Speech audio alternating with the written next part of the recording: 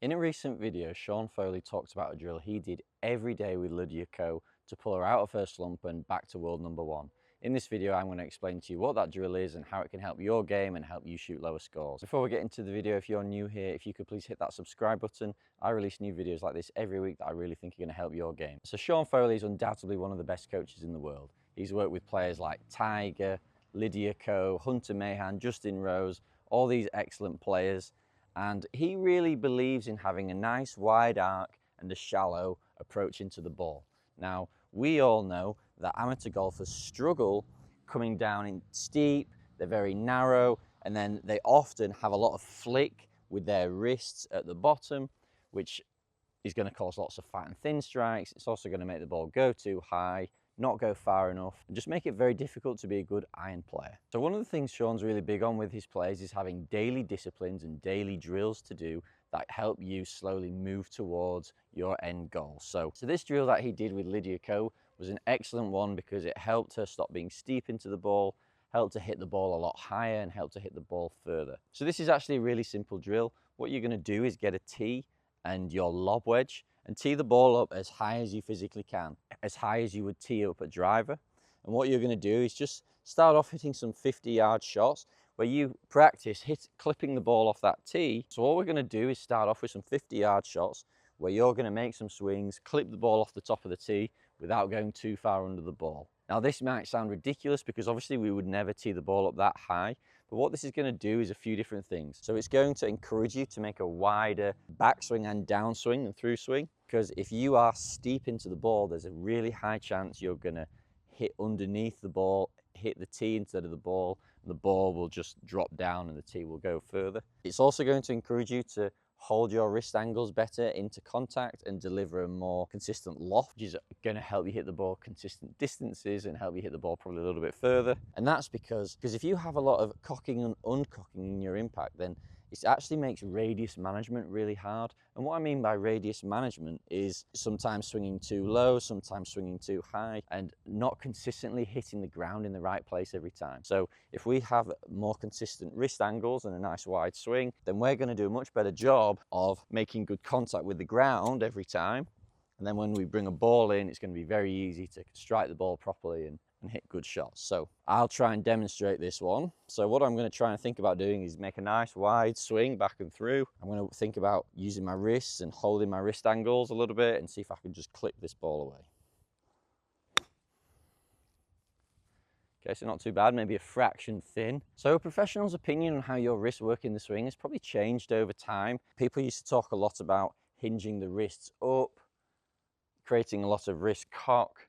But what that would create is a lot of down cocking as a result of having a lot of wrist cock going back. And then what would always happen if you, with loads of wrist cock, is you're going to inevitably sometimes uncock too much, which is going to make you hit underneath it, or not uncock your wrists enough and thin it or top it. So we've sort of moved away from doing that, and instead we talk a little bit more about wrist extension. Now there obviously is some wrist cock, some radial deviation in the swing where the thumb comes up, but we also need probably more wrist extension. And what that looks like is the wrist sort of moving in almost in a 45-degree angle. So not 90 degrees up, not 90 degrees straight back, but 45 degrees up, and that's where we want to get our trail wrist. And then what we want to try and do once we've got that wrist angle is hold it, especially on these short shots, because we're trying to manage the loft, we're trying to manage the speed, we're trying to hit the ball the right distance. If you're hitting a driver, then you might want a little bit more of this, because that's a speed creator. But on these short shots, and certainly with your irons, we don't necessarily want more speed, we want consistent distance, we want consistent speed. So getting into that good wrist position and then trying to hold it on the way through is going to help us achieve that. If I have another go, let's just try and hit a 50-yarder like this. I'm going to cock my wrists up, but keep it nice and wide on the way back and the way down. Yeah, perfect strike.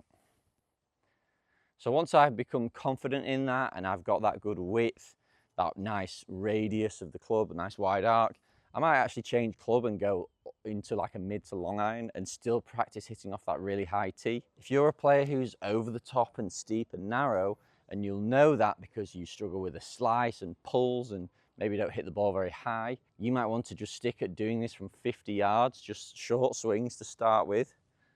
Make sure your strikes are right, make sure you start to get a consistent launch, and then over time work back. But I'll give it a go with a 5-iron now. Okay, so I'm going to try and make a longer swing, hit this ball a bit further. I'm going to feel that wrist into that 45-degree position. I'm going to keep my arms nice and wide on the way back and the way through, and I'm going to try and clip the ball off that high tee without misstriking it. Oof, that wasn't right.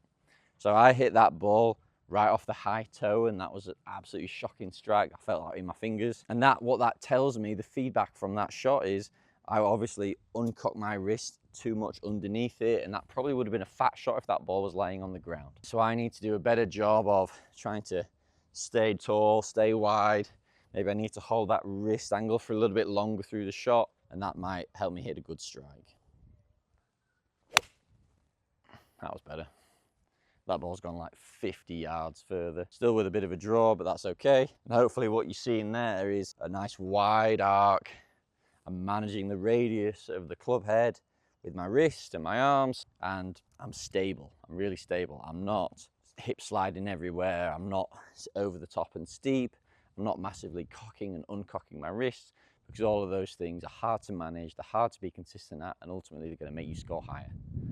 This is a great drill for probably just about everybody, because it's going to help, if nothing else, just help you strike the ball a bit better by bringing your awareness to controlling the arc. But if you're an over-the-top slice, it's going to help you become shallow. It's going to help you manage those wrist angles better, which are going to, in time, help you draw the ball instead of fade it, and you're just going to hit the ball more consistently. So if you hit 5 balls out of every 50 balls off a really high tee with a wedge or a short iron, then what you're going to find is your game over time improves, your short iron play is going to improve dramatically, you're going to strike the ball clean, you're going to hit the ball a bit higher, but you're going to hit the ball the right distance more often, and ultimately that's what we're trying to do with these clubs. So this is a brilliant one. I'm certainly going to add it into my game, because I can get a bit steep and a bit flippy. If it's good enough for Lydia Ko, then it's definitely good enough for me.